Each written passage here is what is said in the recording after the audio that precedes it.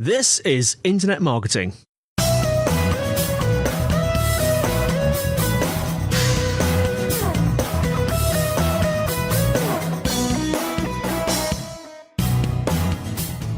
Brought to you by SiteVisibility at SiteVisibility.com. This is Internet Marketing. Now, before we start today, we'd like to encourage anyone looking for help with their digital marketing to get in touch with SiteVisibility.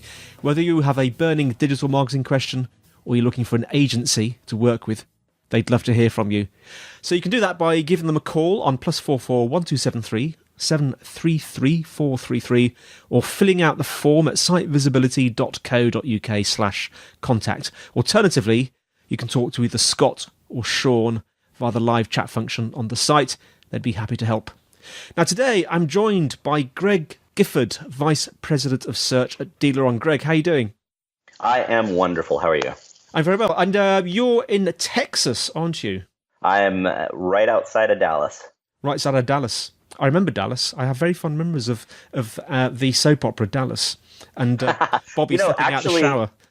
The South Fork Ranch is maybe 5 minutes from my house. Is it really? Yeah. That's amazing. I've got these visions now of you living at a huge ranch. No, I'm basically on the kind of northeastern edge of the Dallas metro area sprawl. So I'm still part of the major, massive metroplex, but if you drive about 5 minutes east, I'm out in the farms and country. Oh, wow. It sounds absolutely amazing. Now, we've spoken before, Greg, because looking back in the archives, I think the last time we spoke was episode 287, which was on the 1st of April, 2015. We were talking about local SEO, which we're going to talk about again today.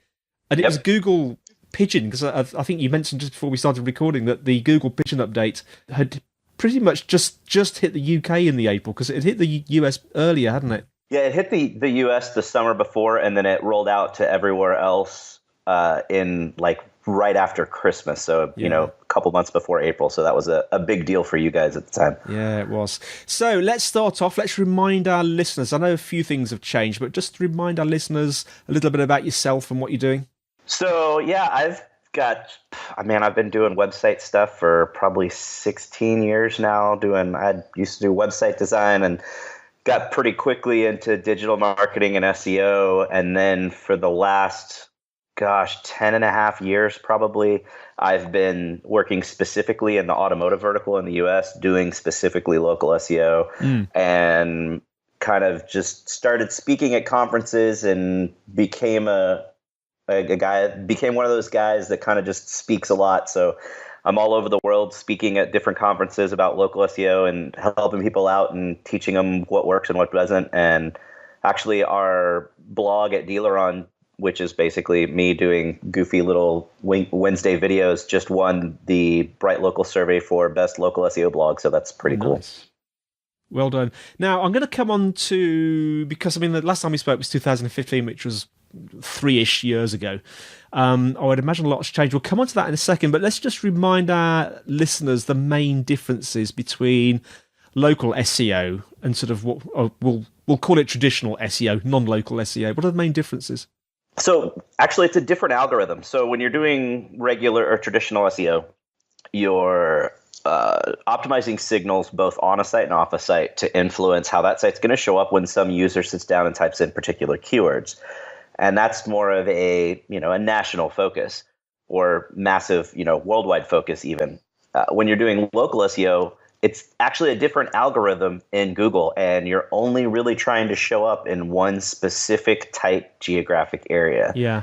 And the way that I always explain this to people, when I'm on the phone with a car dealer trying to explain this, or when I'm at a conference trying to explain this to people, the best way to illustrate to people, especially outside of digital marketing, but even inside that have never been really exposed to local, the best way to talk about it is, hey, look, if you're going to sit down and order a pizza and you type into Google 2 words, pizza delivery, you get a list of pizza delivery spots that are right there by your location based on where your computer is or where your mobile phone is. Yes.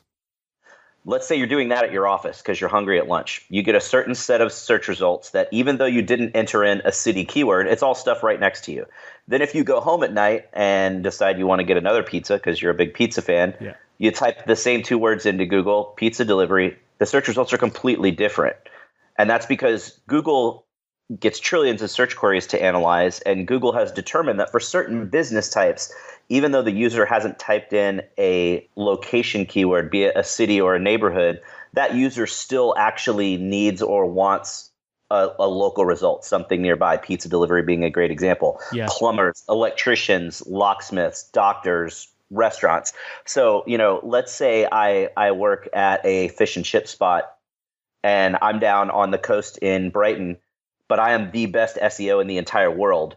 That doesn't mean that someone up in downtown London searching for fish and chips should see my little fish and chip spot down on the Brighton coast as the number one search result, because you're not going to drive down or hop a train down to go get some fish and chips when you've got a fish and chip spot that's right around the corner. Yeah. So Google understands that. Same thing, pizza delivery, everything. So it uses a different algorithm, and it's very unlikely for those types of businesses that you're going to show up outside of that geographic area for that similar type of search, because there's other businesses that are going to be closer to the searcher. So that's the main difference. It's really a different algorithm, and it's based on the location of the business that's being searched and the proximity to the searcher. And the other thing that's crazy is most local purchases for anything that's, more than, a couple of pounds, a couple of dollars. Yeah. Most of those purchases are going to start with search. And especially as you get into the bigger ticket items, especially when you get up to something as large as like a boat or a motorcycle or a car or a house or anything very large like that, that's still going to be locally based. 100% of those start with the search. Your purchase cycle gets much further drawn out than something you're just popping on e-commerce and buying immediately.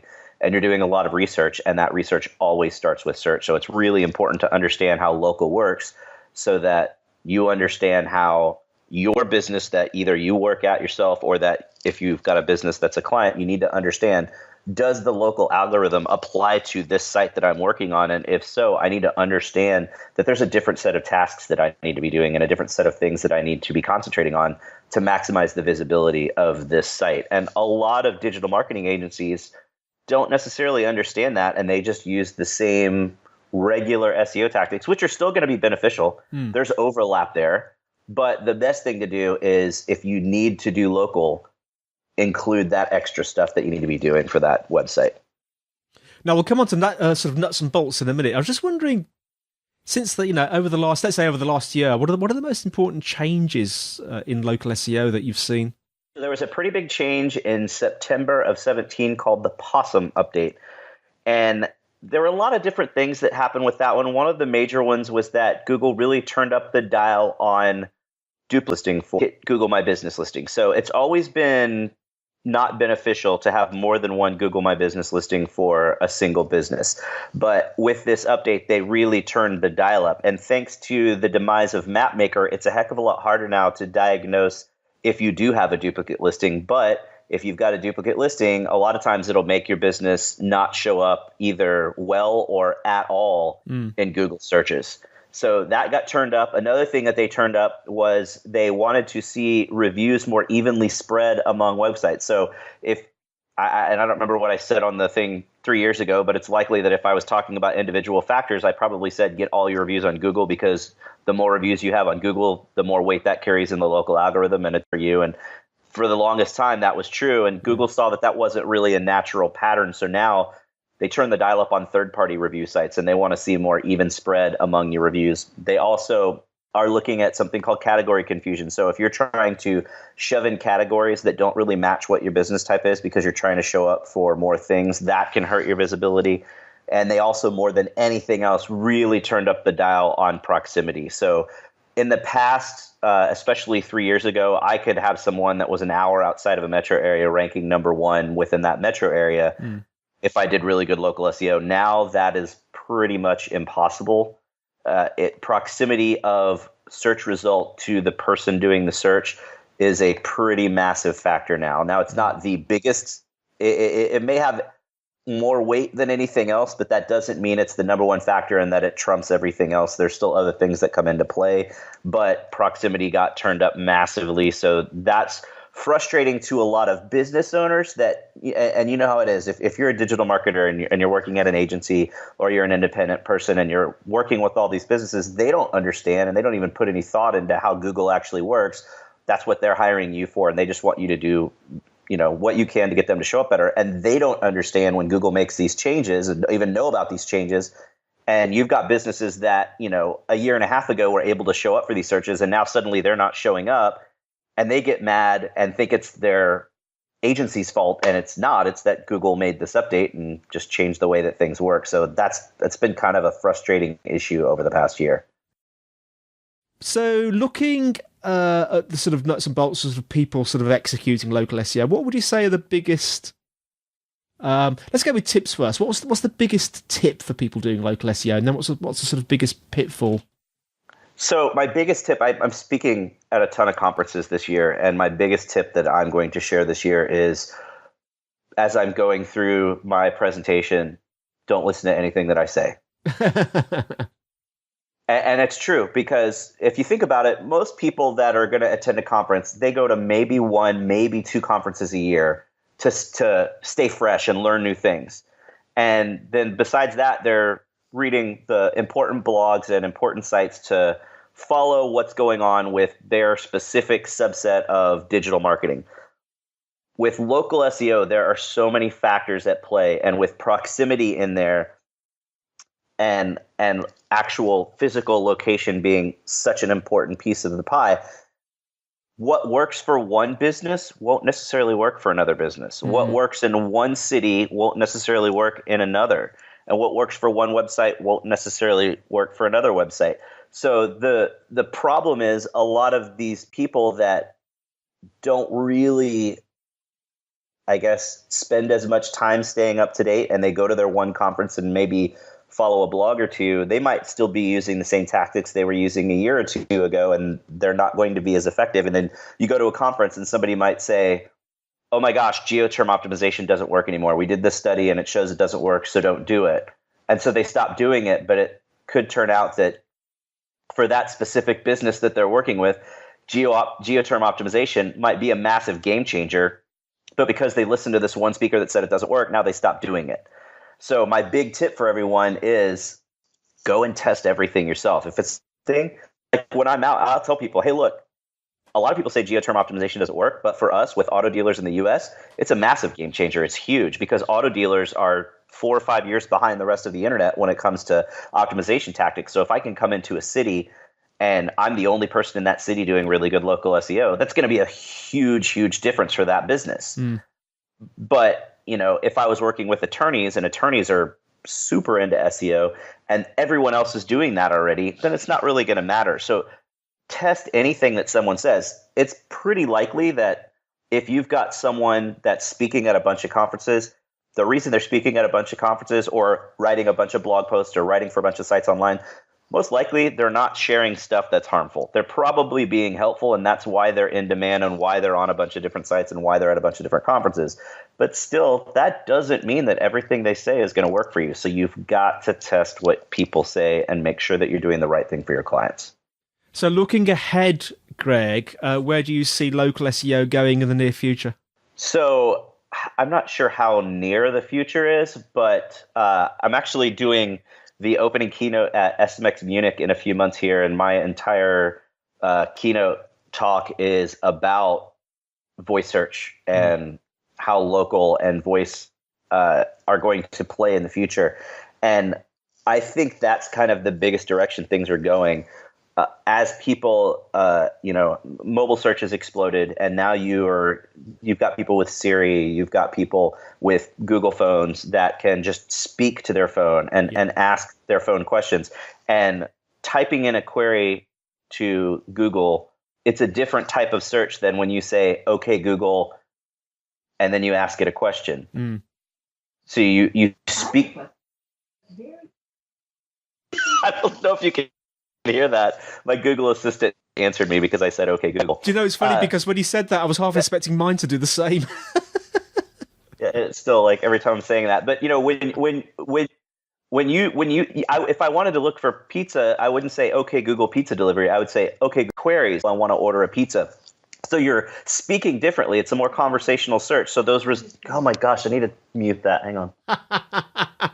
This is a perfect example of voice search in action. Right. So you speak to it differently. So it's different queries. And then with voice search, you get one answer.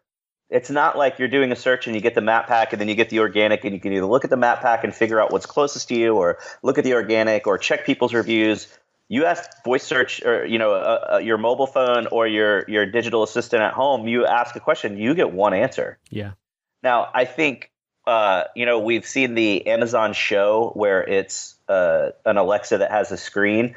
I think that might be more of the direction that we're going with these, where they come with the screen and you can display things. I've also seen situations where you can ask a question and it's going to cast it onto your phone so that you can see multiple answers. I think that's more the direction that local search will go, where maybe you use your example when I'm going to ask a question, and then it's going to send answers to your phone so you can pick from those choices. Or, we do a test when a kind of an example when I'm at conferences, and I'll ask Siri, hey, Siri, I need a Toyota dealer near me. And it'll list out a single Toyota dealership and then say, is that the one you're looking for? And you say no. And then it's going to read the next one. Well, once it gets past the first one, when it gets to the second, third, fourth, or fifth, if you continue to say no, it says the name of the dealership, the location of the dealership, the hours for the dealership, and lists out the star rating for the dealership. It doesn't list the star rating on the first one, but it does on all the ones after that. So that's when you start to go, I realize I need to start looking at reviews, but you have to go through 5 or 6 to hear all the different star reviews to find maybe the one that has the best reviews. It makes much more sense for them to start sending that back to your phone, even though you're asking the question, or, if you're on a mobile phone, it just is already there showing. Yeah. I think voice search is going to really change the way that users interact with the search experience. Featured snippets tend to be the single answer results that you get on Google Home. So going after featured snippets will be huge. Google just released a blog post the other day that said they might start showing multiple featured snippets for search results where it makes sense. One of the examples would be, you ask Google if, I don't remember what the pet was, but hey, Google, is a lizard a good pet? And it gives you a featured snippet of why lizards are good pets. But a featured snippet for why lizards are bad pets would also be applicable to your search, because you're looking at a question of, should I get a lizard or not? Yeah. So in that case, it might show both featured snippets and show a snippet for good and a snippet for bad, because that makes sense for the intent for that query. That also makes sense for when you're looking at these snippets or what's going to be giving the answers to the digital assistants, and that gives you a better answer. So I think that's something everyone should really be paying attention to. Another thing that I think is really interesting to watch for is augmented reality. The new iPhone has some cool augmented reality features, and you see, kind of how Google Glass was, and now you've got the Snapchat spectacles, and I think it's coming back in a direction where we're going to see these wearable interfaces, and you see all the research about they're even working on a contact, it's on your eye and it's projecting only so that you can see in the contact. I think the augmented reality, you're walking down, let's say I'm coming over to the UK for a conference and I'm walking in downtown London and I want to find a restaurant to go to, and I don't want to sit there and try to do a Yelp search or something. I just pull out my phone and open up the camera app that is attached to this search, whatever this app would be, and I just open it up and it's a live video feed, and it's going to pop up little cards on the front of each building saying what the restaurant is, what the star ratings are, et cetera, as I'm walking down the street. I don't think that that's very far away at all. I think we'll see that very quickly, and I think that's going to be another big way, because now I'm not doing a search by typing in a query. I'm doing a search by holding up a camera, and whatever's there is what's showing up. So it's ultimate proximity. They're not doing the search, but you still have to be optimized as far as your location and your pictures and your reviews and all that. So I think that could be a pretty big game changer as well. Now, I know we spoke about the sort of biggest mistake that people make. Just wonder if you've got a sort of generic takeaway for our audience today. What would that be?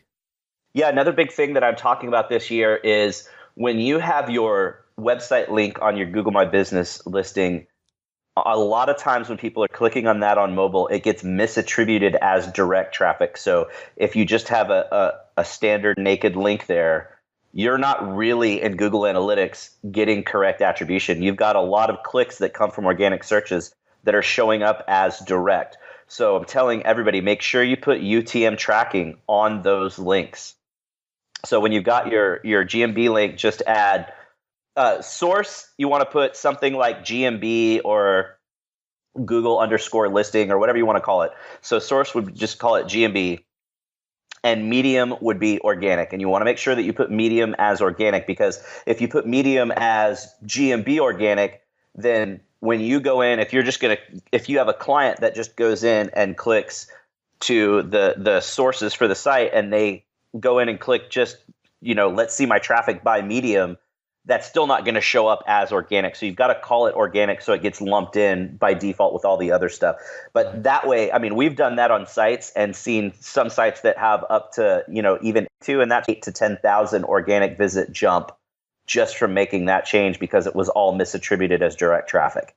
Oh, that's a great tip. So, and then Google Posts have come out, and a lot of people haven't really played with them yet, but they're starting to, and that's where you can put it's a 7-day post, and it shows up down underneath your Google My Business listing in the knowledge panel on the right side, and it's basically a little image and some text, and if they click on it, it pulls up kind of a light box overlay with that image and the text. And if you put a link there, which you should, it should be some sort of a call to action to click over to something on your site. If that's a naked link, a lot of times that's getting misattributed. So we're telling everybody to add the UTM tracking code on that as well, so that they can really on what's getting clicked. Well, Greg, thanks so much for joining us. How can our listeners find out more about you and DealerOn? You can follow me on Twitter at Greg Gifford, just GregGifford. I live tweet conferences, so it's a release to get, when I'm at conferences, I'm tweeting out all the good tips. So you can follow me there, and I'm pretty snarky and goofy, so it's a fun follow too. I write for Search Engine Land, so I have a monthly column on the local area in Search Engine Land. You can follow me there. And definitely you can go to the DealerOn blog. That's DealerOn, DealerOn.com/blog. Again, we just won Bright Local's survey for best local SEO blog. We write lots of stuff on the blog all the time, and then I do a Wednesday video series. It's little, usually 2 to 5 minute long videos, and it's probably 80% local SEO stuff and then 20% just other digital marketing and website stuff. And most of these videos are kind of focused at car dealers, but that's just because that's our audience, but they're really applicable to anyone. So that's definitely something I would suggest following. Well, thanks, Greg, and thanks for listening. You listeners out there, show notes are in the usual place, sitevisibility.com/IamWeDoing podcast. If you're enjoying the show, please leave a review so that we know how we're doing and we can continue to bring you better marketing ideas and advice. Questions and suggestions, the email is podcast@sitevisibility.com. You can tweet us at SiteVisibility. We have a LinkedIn Site Visibility group. Well, that's all from me, Andy, and it's all from Greg. Hey, thanks for listening, guys. And we'll see you next time on Internet Marketing.